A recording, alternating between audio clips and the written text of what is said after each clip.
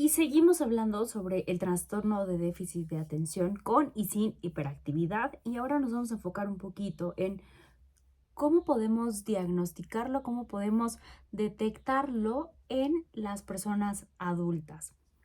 Y cuando hablábamos en el video pasado sobre cuáles son las características y la dificultad de tener una estadística que nos haga realmente poder tener conciencia de qué tan extendido es esta neurodiversidad, parte del problema es que los niños que en algún momento tuvieron trastorno de déficit de atención y no se detectaron, ahora son adultos y tampoco están siendo detectados, ¿no? Hay todo ese espacio que por cuestión generacional, por cuestión de que no se tenía registro de esto y que solo se catalogaban como niños inquietos, que no tienen un diagnóstico y pueden estar por ahí furulando por la vida con el desconocimiento de sí mismos. Y como te platicaba un poco en este último podcast que grabamos ayer, que transmitimos en vivo, sobre las relaciones y por qué es importante para nosotros como sociedad tener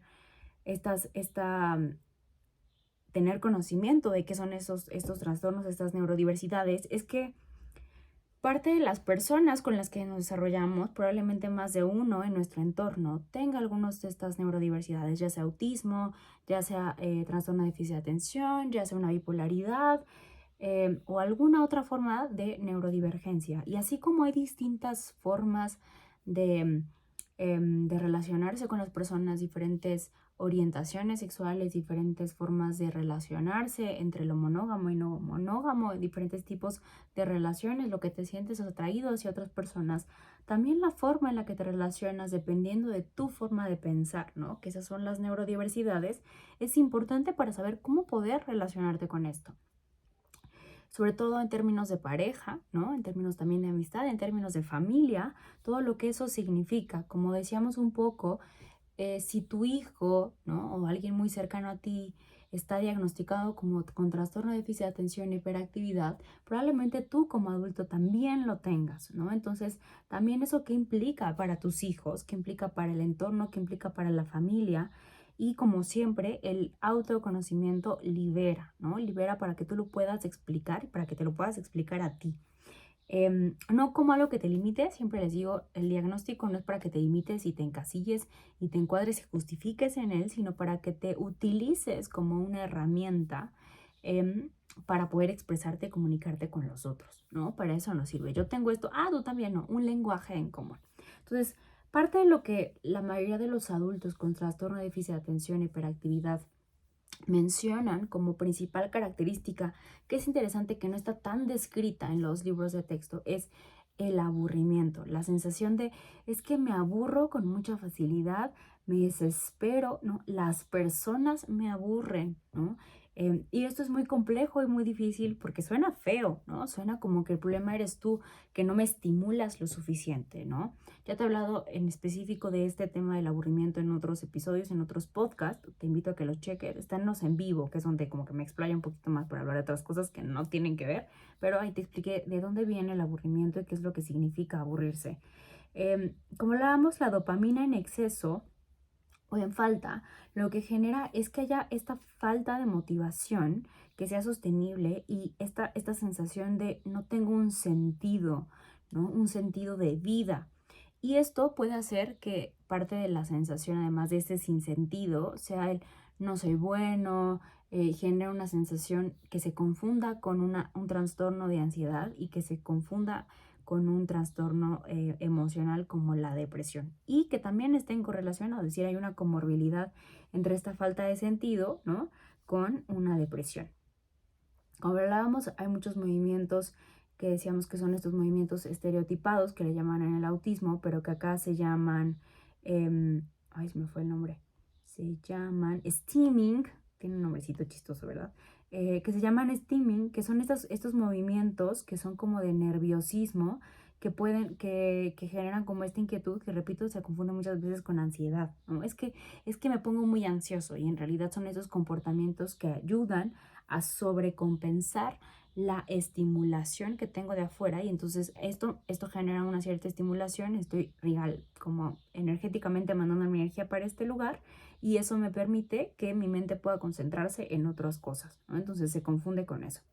En el trabajo, por ejemplo, se muestran muchas dificultades, sobre todo para relacionarse no solo con los otros, sino con los esquemas normales de trabajo, ¿no? Donde en un esquema habitual de trabajo se te pide que hagas ciertas cosas, que llegues con cierta puntualidad, que no tengas faltas, que entregues ciertos trabajos en determinado tiempo, ¿no? Este esquema lineal tradicional de trabajo genera mucha dificultad para las personas con trastorno de déficit de atención, porque como ya vimos en los videos pasados, el control de impulsos, el mantener cierto orden, cierta regulación de ciertas cosas como el tiempo, la estructura temporal, la estructura de hábitos, genera mucha desorganización, esa sería la palabra para ellos. Entonces son personas que constantemente llegan tarde, que entregan después las cosas, ¿no? Como decían, en inglés la palabra es como no son accountable, no son personas en las que se pueda confiar, pero en términos de que sean constantes en el tiempo. En español diríamos que son personas que no honran su palabra, pero no es por falta de deseo o de interés, sino porque no tienen esta parte de acá que veíamos que es la que les ayuda a poder hacerlo. Esas tareas tan simples como poder llevar una agenda, para ellos es algo que es muy difícil. No solo llevar una agenda, sino implica cumplirla, ¿no? Entonces son personas que siempre llegan tarde a todos los compromisos, que tienen mucha desestructura en términos también físicos, ¿no? Que tienen como por todos lados cosas. También por esta cuestión de la dopamina, son personas que tienden mucho, y la impulsividad, que tienden mucho hacia conductas de riesgo, ¿no? Como hablábamos de los síndromes de transmisión sexual, ya no se conocen como enfermedades, se conocen como síndromes, como los síndromes de transmisión sexual, que puede tener como ahorita vamos a hablar específicamente de la sexualidad, pero también pueden llevar a conductas adictivas como el juego, como las apuestas, como los videojuegos, como todas las conductas y las adicciones digitales, así se conocen hoy en día. Puede ser incluso la alimentación, ¿no? Pueden tener conductas de atascones o atracones de comida. Pueden ser también workaholics, ¿no? Pueden ser adictos al trabajo, como por esta idea de estar haciendo y haciendo y haciendo y haciendo y haciendo cosas. Eso para ellos es como esta liberación constante de dopamina que tanto necesitan. Entonces son personas que necesitan constantemente estar haciendo cosas. En psicología, imagínate que te llegara como paciente una persona así, tú creerías que está evadiendo otra cosa, ¿no? Pero solamente que necesita hacer un uso de toda esta energía que tiene. Sexo, por supuesto, ¿no? Hablamos ya también de la impulsividad. Son personas que tienden justo por esta impulsividad y por el aburrimiento y por la necesidad de dopamina, ¿no? De la hipersexualidad que pueden llegar a tener, pueden tener una rotación muy grande de las relaciones de pareja. Además de que como sus relaciones tienden a ser a veces problemáticas, ¿no? En términos de que imagínate estar con alguien donde constantemente tú le estás platicando algo y la otra persona está en otro lugar, ¿no? Está en otro lugar y cuando tú le preguntas, ¿y tú qué opinas? La otra persona no te puede decir qué opina porque no estaba poniendo atención.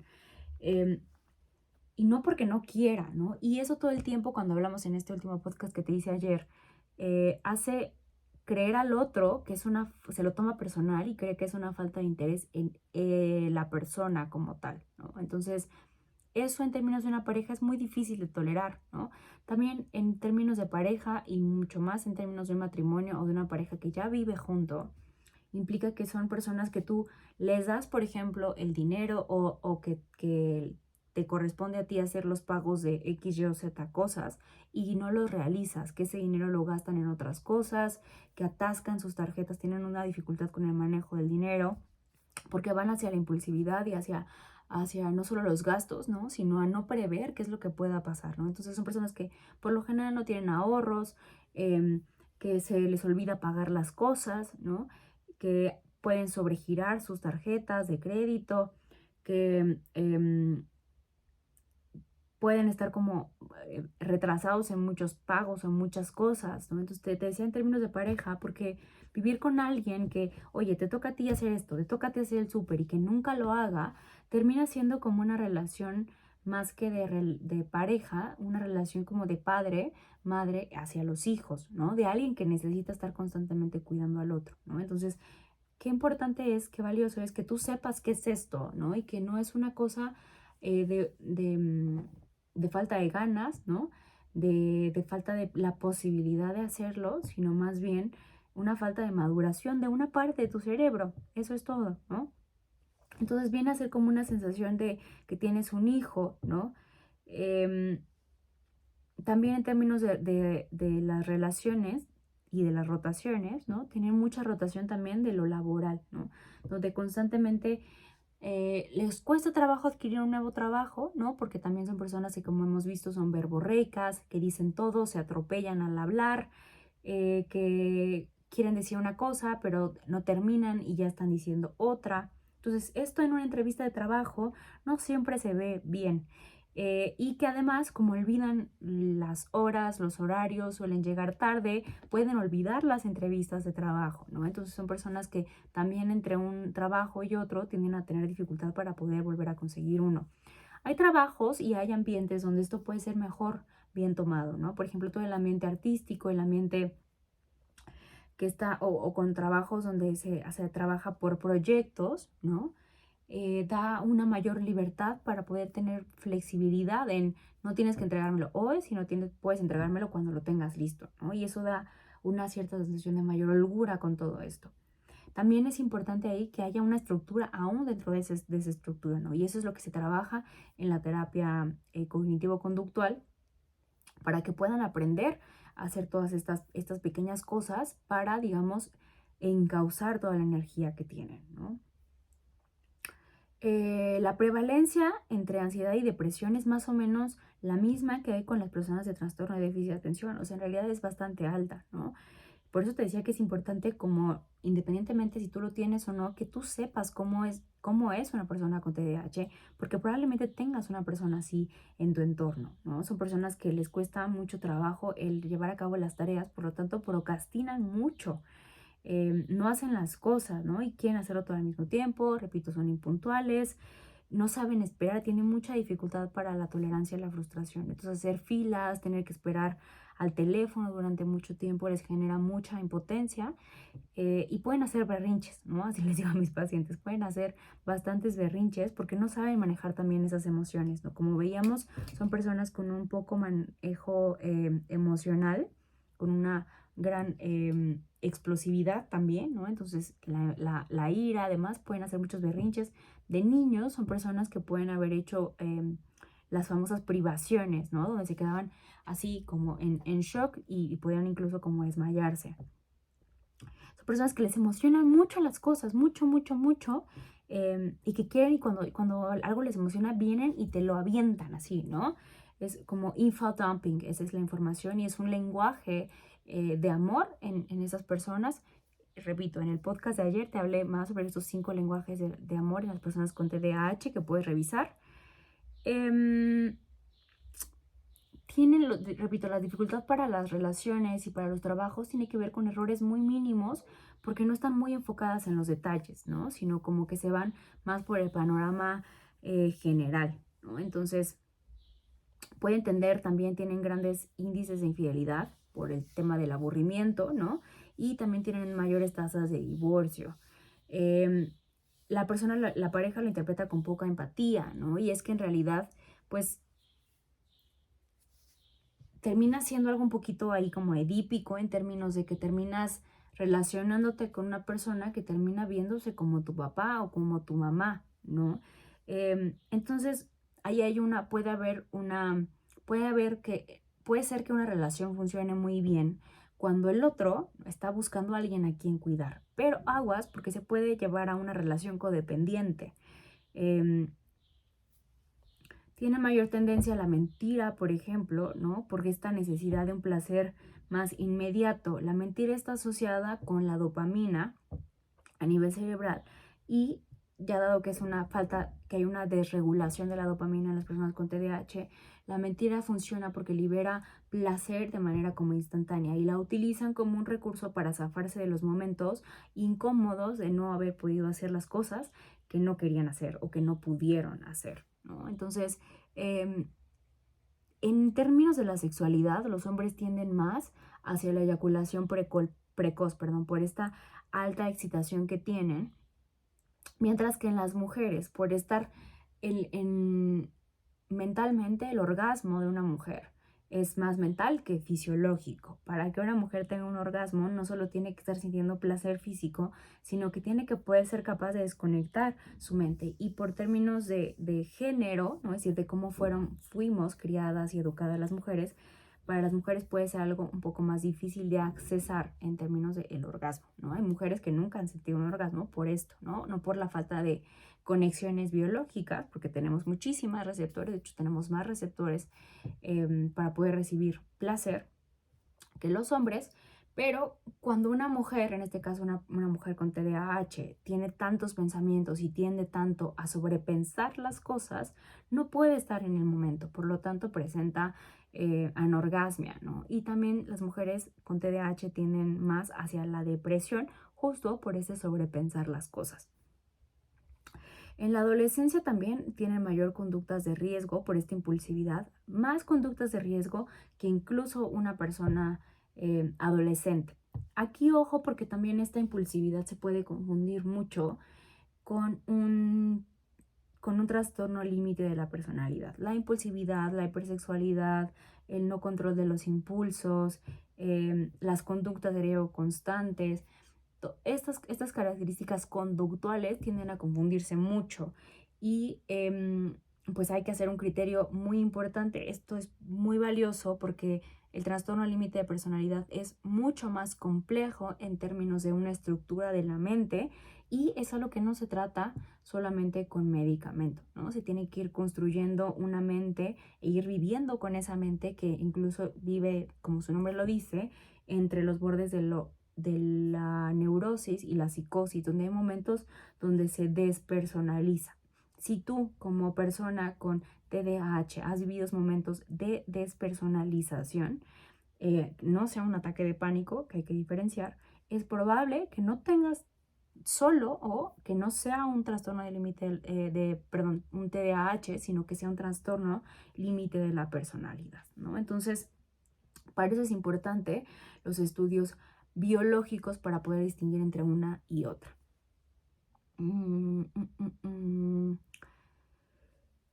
Es bien importante que durante la adolescencia, como lo hemos visto ya en otros videos, el tema de la impulsividad se aguarde y se reestructure muchísimo, porque si en un cerebro adolescente normal estamos mucho más tendientes hacia las conductas placenteras, y hacia el riesgo de caer en una adicción en una persona con trastorno con TDAH, esta forma de cablear su cerebro sería mucho más irreversible, es mucho más fácil que caigan en este tipo de conductas y tienen mayor problemática en el futuro, ¿no?